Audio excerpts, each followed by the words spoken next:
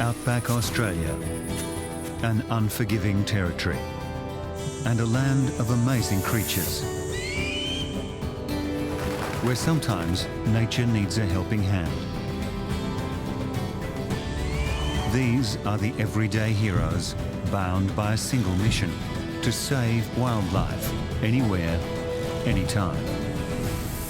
In this episode of Outback Wildlife Rescue, that little girl's got a little piece of buckshot in her back. A battle for survival for two Joeys in the wrong place at the wrong time. This is the bullet here.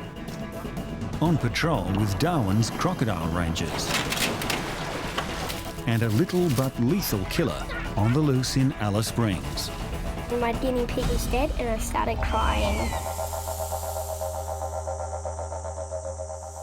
Across Australia, there are people sharing a commitment to save wildlife. We'll meet them from the tropical Queensland coast to the Northern Territory and monsoonal Darwin and the nearby Kakadu wetlands, and on 1,500 kilometres to the red deserts of Alice Springs and beyond.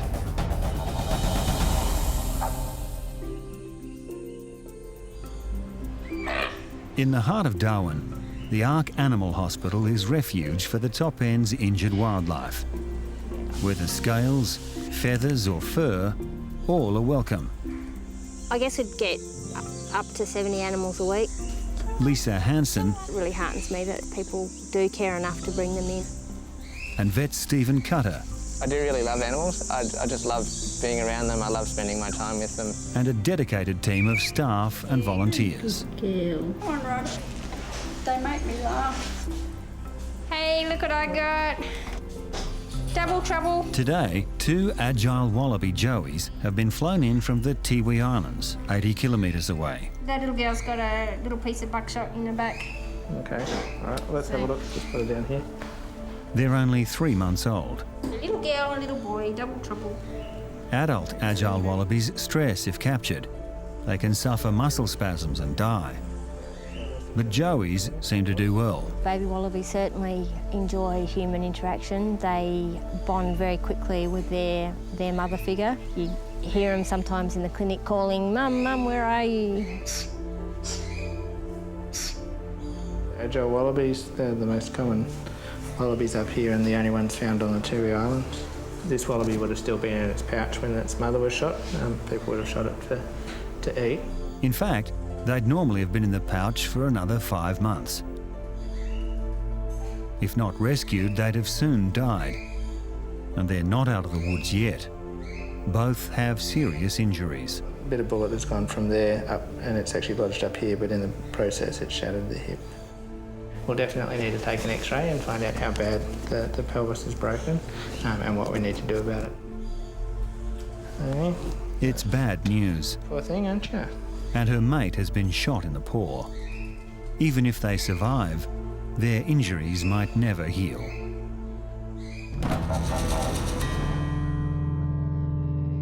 A few kilometres away on Darwin Harbour, Ranger Tommy Nichols and his team are out doing their bit for native wildlife.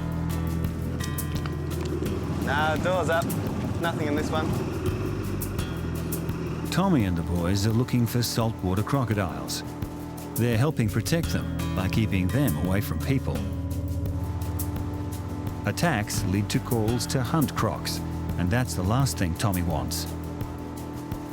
We take every animal out we see or capture, regardless of size, so just to try and stop the interaction between the public and crocodiles themselves and to make it safe as possible. It's risky work, and Tommy's got the scars to prove it. I still really don't know exactly what happened. He appeared to have jumped and he bit my hand, but he spun and ripped it from there, and that's when everything came apart. I can now only count to 8, which is not a hindrance. Don't need a wedding ring, and you know, always got a bit of a story to tell. There could be another story today, as they search for man-eaters in the 20 crocodile traps they've set around the harbour. Crocs are lured in by bait, and a trapdoor slides closed behind them. And that might have just happened. Yeah, the trapdoor's down, so there's a good chance there's one in there. The string's been sprung back, so it might be a big one. In just the third trap of the day, they've caught themselves a monster. Yeah, that's a nice big one in there. Problem is, now they have to get him out.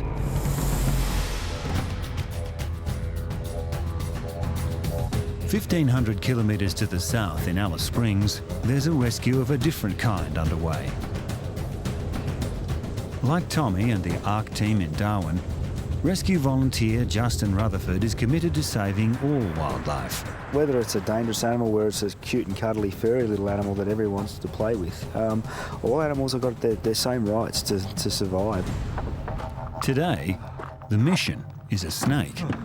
Well, I've just had a call out to a house out in the edge of Alice Springs here.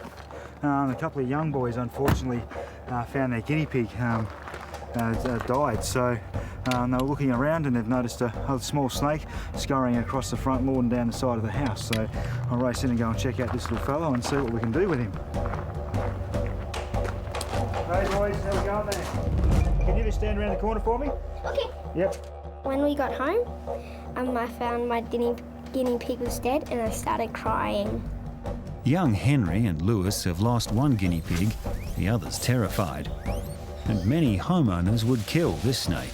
Justin's the only hope he's got. We saw the guinea pig lying next to the wood, or just lying dead, and it didn't have very much fur on it. From the boy's description, Justin thinks the culprit is a whip snake. It's not, is it? Oh, we'll soon see. Well, I hope. They're common round Australia and grow to about 1 metre long. They feed on lizards and frogs, and unfortunately for the boys and the guinea pig, they're quick and hard to catch. They're only mildly venomous to us as adults, but kids certainly feel the effects of it. Some animals, it can be a fatal bite.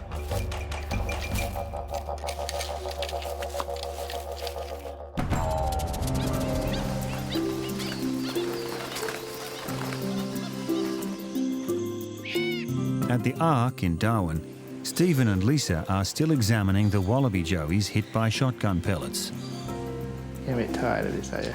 The first has a damaged pelvis. Injury in his hand there. His mate was shot in the paw. You can see it's all swollen. It's quite... That's no good. Yeah. You can see how swollen that wrist is compared to the other one.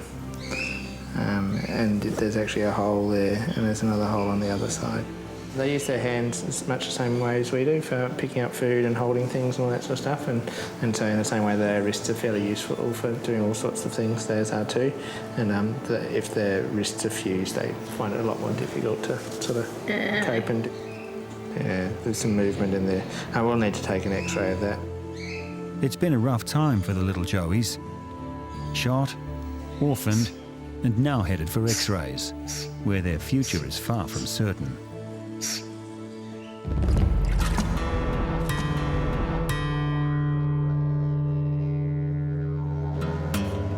Ranger Tommy Nichols is getting his first look at the huge croc he's trapped. Okay, I'll just check his size out. He's in pretty good condition, probably about 3.5 metres. Doesn't look like we've got too many marks on him either. He's a nice colour and a good head. These man-eaters can drop their heart rate to just 2 beats per minute and survive months without food. But you don't want to be around when they do eat. To control this croc, they first need to attach a rope round its snout. Tommy's volunteered young Rob for the job. Anything could really happen. You're dealing with animals that can really hurt, do damage, actually, lose limbs.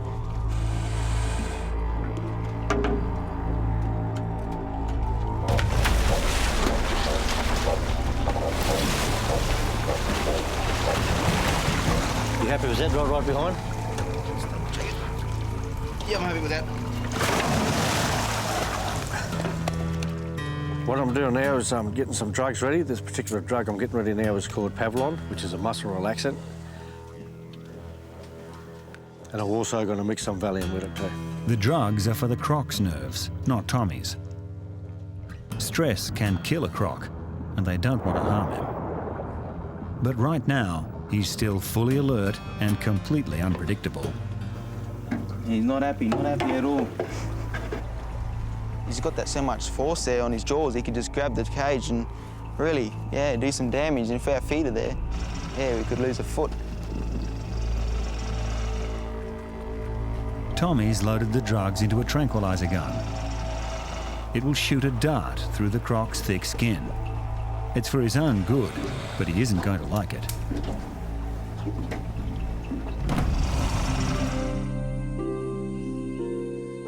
All right, we'll take the front end. Okay. While Tommy struggles with his Croc, the Wallaby's fates hang in the balance. I'll just come around this way. Yep. X-ray. These X-rays will reveal what Stephen and Lisa can do to help them. X-ray. Oh, is it a bit scary, is it? A bit traumatic? Come on. A feed from carers will help the Joeys regain their strength. But sadly, the news isn't good for that broken paw. This is the one with the injured wrist, and you can see that the bullet has just gone straight through. It hasn't lodged in there, it's just gone through, shattered all the little bones in here and gone out the other end. There isn't really any surgery that we can do to fix that. Most of those bones there have been destroyed.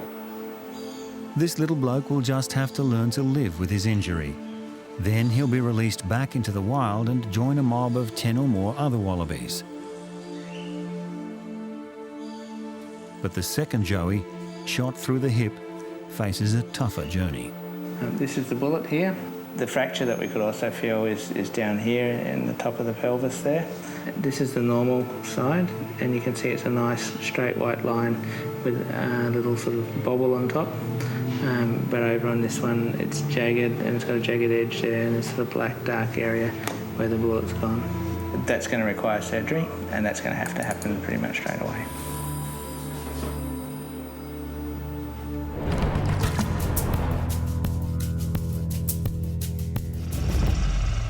Tommy's Croc is about to be tranquilized using a special dart gun.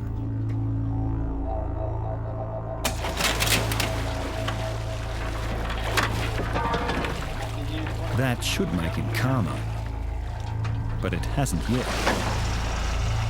Even though we've given him drugs, they got different metabolisms. Some handle the drugs better than others. Some go out and others don't. We're going to lift the door up, then we're going to bring the animal out and then bring him around to the side of the boat and start tying up.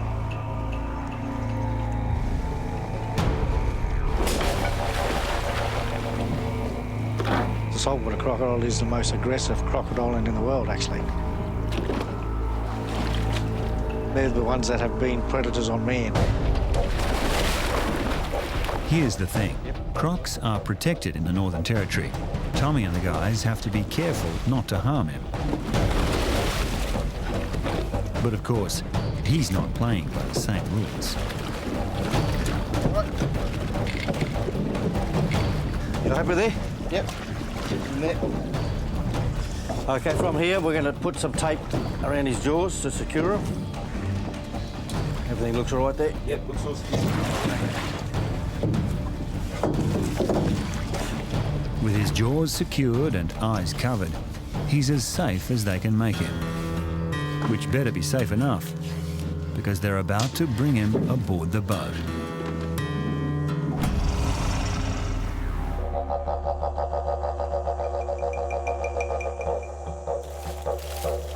In Alice Springs, Justin's still searching for that guinea pig killer. I've got a little whip snake playing hide and seek in this little pile of prunings here. Come on, mate, where are you going?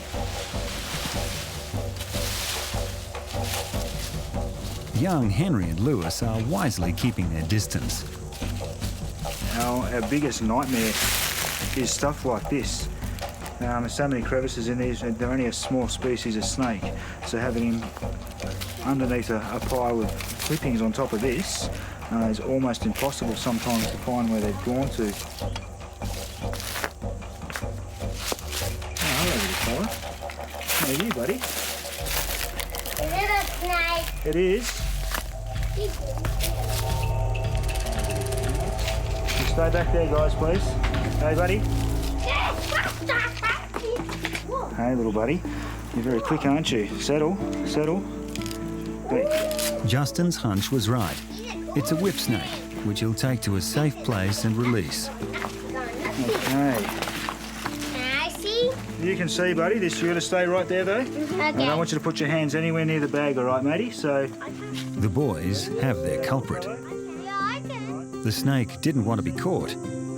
But if not for Justin, the outcome could have been a lot worse for him. Oh, there's so many people more than happy to pull a shovel out, unfortunately. And animals, they're all there for a reason. The more people sort of get a bit more of a feel of that or understanding of that, the better we are off in the long run. And the people need to remember too, reptiles are protected animals, so you can't just go cutting them in half like the old days.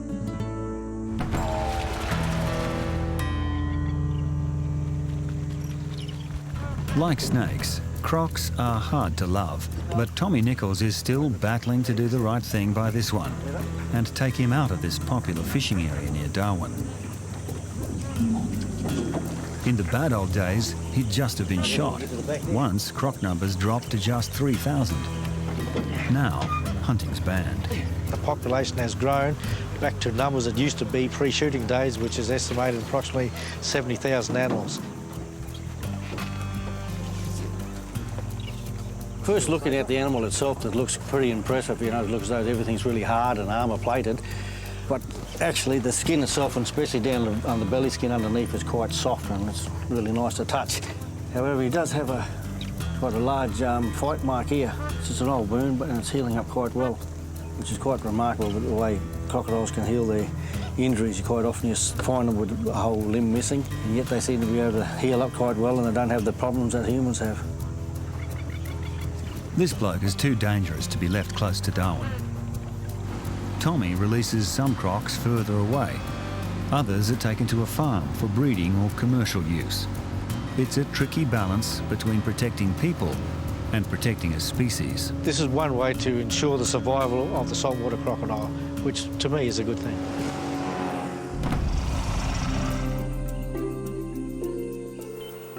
This is the little wallaby with the pellet in its back and the fractured pelvis. We're going to do surgery shortly, and we're just waiting for it to go to sleep now. Initially, we're going to remove the bullet, and then we're going to cut down onto the fracture of the pelvis. It's a big operation for a little wallaby, but it's Stephen and Lisa's best chance of giving her a normal life. That's always the crunch is what we're going to do enough to make them able to be released in the future. That's always worth trying. So we're just going to cut down on this bullet here. They know the pellet is sitting just under the surface. Okay, there's the bullet. See that there. It's a very superficial bullet, but fixing the damage that this little bullet already did is going to be the hard bit. With the pellet out, they're moving to her fractured hip. The hope is to insert a plate to make it stronger. At the moment, I'm just looking to try and find where the other bit of bone is. I can see one side of the pelvis, so I'm just trying to find the other side of the fracture. The bone's just been crushed by the bullet. The wound is far worse than Stephen expected. Wasn't that clear on X-ray because the bones are still quite soft. Rather than being able to plate it, there's probably not going to be enough bone surface to put the screws into. With nowhere to screw the plate, all Stephen can do is remove the bone fragments. We've removed what we can and we've filed off the end so it should be nice and smooth, and we're going to close the wound back up. It's not a perfect outcome for the Joey, but Stephen's done his best, and they've at least given her a fighting chance. At this stage, it's hard to say what her prognosis is. We're just going to have to sort of see how she recovers. They'll soon find out if she'll ever hop again.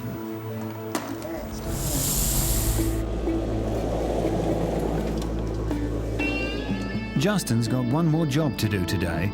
Say goodbye to the little whip snake. The snake's problems all started when he strayed too close to town. So his new home is far away from people and their guinea pigs.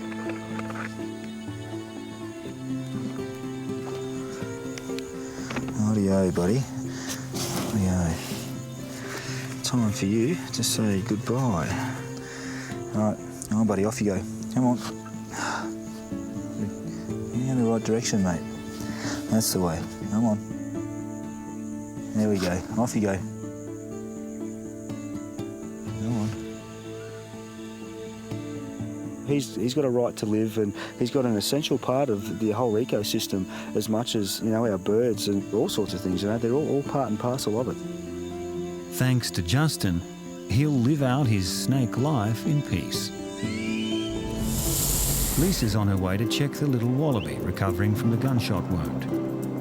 The wallaby's been staying with Lisa's mum. She's a registered carer. In fact, most of the wildlife treated at the Ark needs to convalesce for a time before they're released, and that happens in the homes of volunteers. Sandra routinely gets up 2 or 3 times a night to feed recovering possums and wallabies. I love my mum. I dump things on her at all times of the day and night. Every time I'm in a position where I've got an animal, a small animal that I can't find a carer for, or comes in, you know, 10 to 7 just when we're closing and it's too late to find someone to look after, I just pick it up and take it home. Today, Lisa's going to remove the stitches from the little shot wallaby's operation. She's been recovering well, and Sandra's nicknamed her Chantel. Hello. Hi, how you going? Good, how are you? Yeah, not too bad. Got the crowd out, I see. Yeah, Romeo's just trying to make up his mind whether he wants to drink or not. Hello, fat fella. And where's Madam Chantel? She's in the bag there. Hello. She's doing really well. Did I hear you being cranky before? Hey? Yeah. Did I hear you being cranky? Yes, I did. Yes. How's your leg? Yeah, it's looking pretty good, really. See, that looks really good. This is where they took the slug out of her sides. Yeah. I'm really pleased with the way it's come along. Yeah, she looks good. Yeah. Thank you. I'll be glad when those stitches are out and I don't have to worry about them. The stitches come out quite easily. It's just a matter of a little nick on one side and then the whole thing comes out. Good deal. Okay. The surgical site looks really good. I can't feel any bone movement underneath the stitches at all, you know, because there was a lot of fragmentation and stuff in there, but it's looking really good. I'm really looking forward to seeing how well she does on the ground. So, what do you reckon, little one? We'll give you a go on the ground and see what you do for me. Oh, how's that? She's doing really well. She's got two solid feet on the ground. She's leaning on her hips. I'm really happy with that.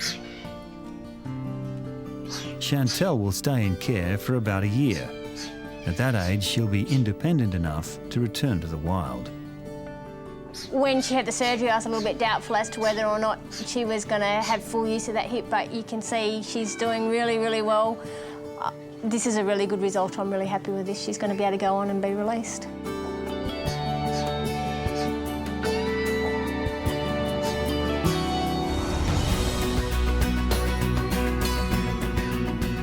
She's tough and she's brave and she's just a lovely little creature.